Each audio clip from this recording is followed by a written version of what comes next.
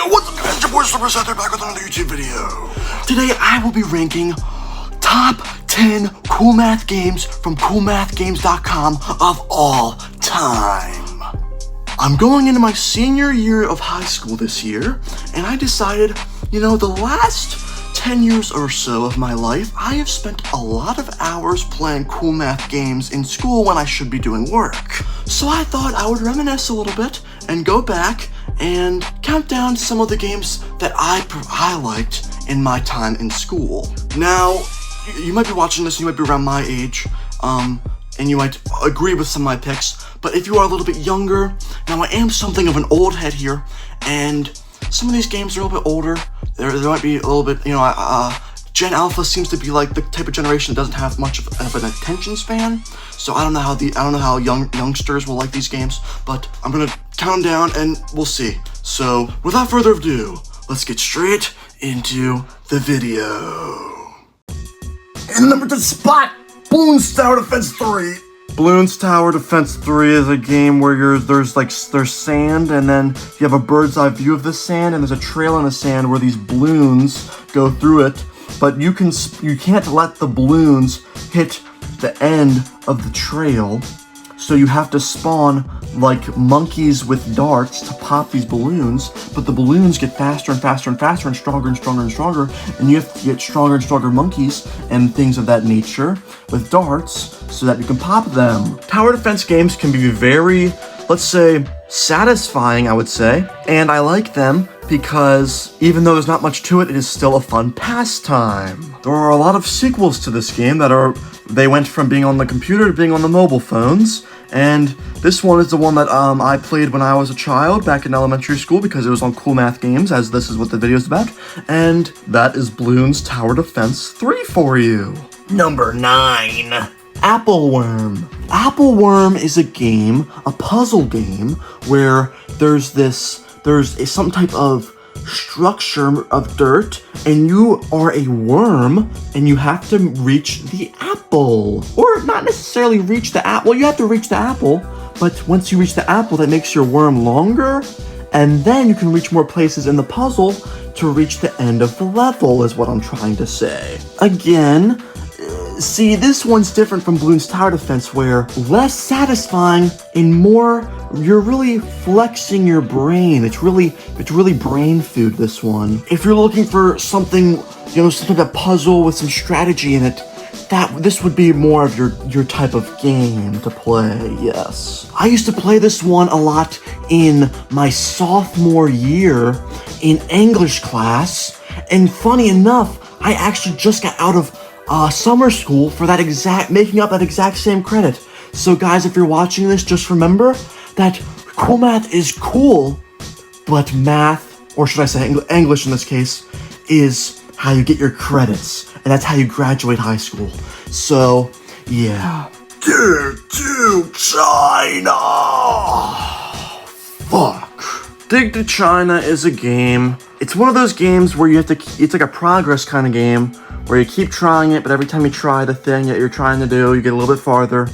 Kind of like gambling, and pretty much dig as far down as you can, and every time you do it, you can upgrade your pickaxe and whatever, and dig farther and farther down, and eventually the objective is to dig as far down as you can and reach China. You start in the United States, you go to China. I'm pretty sure in geography that's not actually how it works. I think you just end up in the Pacific Ocean, but whatever. This one's different than the last two. It's also a different type of game. This one is more progress based and it's not a puzzle. It's also not tower defense. It's not I wouldn't say it's satisfying. I wouldn't say you really have to use your brains for it. I'd say it's more of a kind of just like brain rot, just like entertainment, just killing time. But yes, Dig to China, another good one that's going on the list. And yes, Sugar is a game but we're kind of reeling it back into the more puzzle aspect. But with this, you have to draw lines, and there's sugar falling out of the top, and you have to draw the lines to make the sugar go into the cup, the mug. And, as the game goes on, it comes where there's multiple mugs, and then there's you can only get certain types of sugars and certain types of mugs, and you have to like crisscross and stuff. And you really have to use your brain for this one. This one can be a little irritating, a little agitating, and but it's also very fun. And yeah, so sugar, very good. And there are sequels to these games, to this game. And personally, I'm gonna recommend this one. But if you find that you like this one, I just want to let you know there's also sequels to it. So yes. Numero 6, Papa's Burgeria.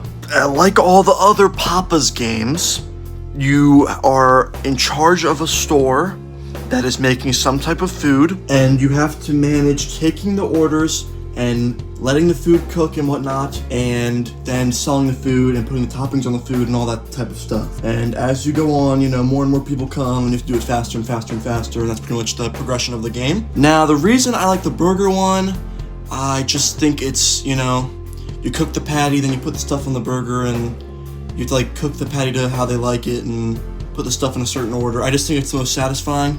Now, there is one other Papa's Pizzeria sequel that I like. It's called Jacksmith. It's actually, I believe it's the only one that isn't food related, or Papa's related, I should say. You play as this bipedal donkey guy, and you make like medieval weapons, such as swords and bows and arrows, and sell them to other humanoid animals, right? Papa's Burgeria, a lot of people know the Papa's games, and I think this is a game that a lot of people, at least, maybe if you're not into the burgeria, you can do the pizzeria or the cupcakeria or the freezeria or whatever you want. So I think a lot of people like these games, and it's on the list. Natural selection isn't necessarily a puzzle, but you do have to use your brain and navigate the level. Pretty much, you play as a spider, and you can kind of Spider-Man your way and web your way around the level, and you have to pretty much touch the flies, but you cannot touch the bees. So bees will kill you, but you have to kill the flies. It's pretty much a thing. This also has a sequel. It's pretty much the same thing, but it's just more levels. But this is a good one as well. I really do freak with this one heavy. It's pretty simple, but not really much to say about it. But that's really all there is to it, is what I've said so far. And yeah, so that's pretty much all. That's the bottom line. Catch the Candy Mech, also known as IQ Ball. You play as this little fuzzy creature, and you have to kind of Spider-Man your way around, almost like the last game we just talked about, now that I think about it. And this time, instead of getting flies, you are reaching a peppermint, it seems. So you make your way around the levels, and you get to the candy. This one specifically is like very steampunk-esque, with gears and whatnot. And you make your way around the levels, and you pretty much, sometimes the gears are spinning, and you use that to your advantage and whatnot. And pretty much it's just another game like Natural Selection, but this one is like, it's got a theme to it. So another game like that you guys can check out. So number 3, like Duck Life 3? Yes, Duck Life 3 is a game where you have this little duck, and you have to train them in either flying, swimming, running, and climbing. And then, once you get their levels raised, you have to make them compete against other AI ducks. And then, they evolve and become bigger ducks. And pretty much you just keep leveling up your ducks and competing and racing with your duck. One thing I will say about this game that's very annoying is the stamina thing. Like, you have to keep, every time you train, you get money, and then you have to use that money to feed them seeds. That's very not tedious, but it's just very aggravating. I don't know why it's in the game. But besides that, I do like the evolution process, and just you have to keep like training and training and training. And I think that it's fun that you have to train the different aspects of the duck and whatnot. So overall, I'd say it's a good game. And if you're playing on a school computer that can save progress and whatnot, then this is a good game for that as well. So yes, that is the number 3 spot. But in the number 2 spot like how we had Duck Life 3 for number 3, we have Learn to Fly 2 for number 2. Learn to Fly 2 is a game where you play as this little penguin and you have to use this dummy to get farther and farther and farther, and has a glider on it, and you upgrade your gliders and your jets and stuff and see how far you can get it. And the goal of the game, how you beat the game, is to go not only far enough to reach this iceberg, but you have to destroy the iceberg. And that, it's not a very long game, but pretty much every try, you get like a little bit farther and farther.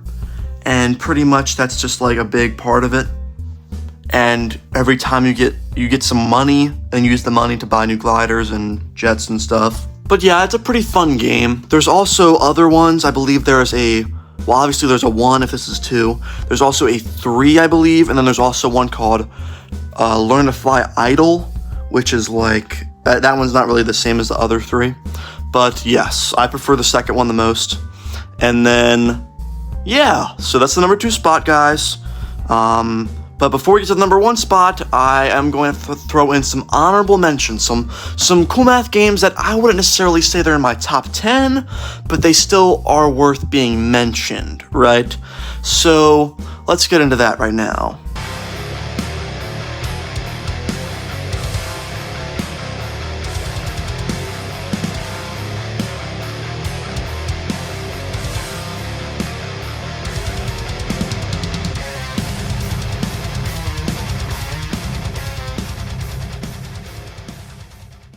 And in the number 1 spot, a game that you guys probably wouldn't have guessed, we're gonna have a little number called Handle'em Plus. Handle'em Plus is a game with 30 levels, and pretty much there's a ball, and you click on the screen at a certain spot, and that kind of puts a line between where you clicked and the ball, and that makes it swing, and you do this to make the ball reach the end of the level. You know, it's pretty basic.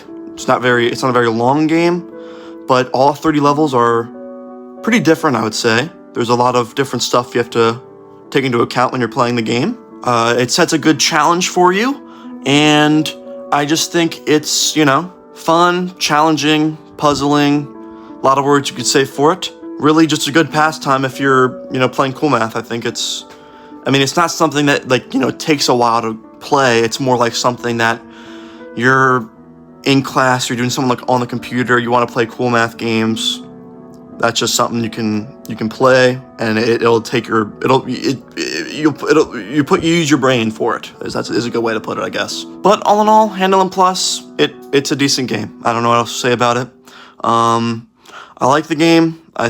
I don't know. I'm just going to say it's good over and over again. Because there's not really much to talk about with it. It's pretty simple. So that was my video talking about CoolMath games and the top 10 games to play when you're playing CoolMath games. Guys, I hope you enjoyed the video. If you're new to my channel and you enjoyed it, I would appreciate you subscribing to me. I do several videos that are like this one. And if you're already subscribed, thank you very, very much. But my name is Slurpo Seth, and I'll see you guys in the next video.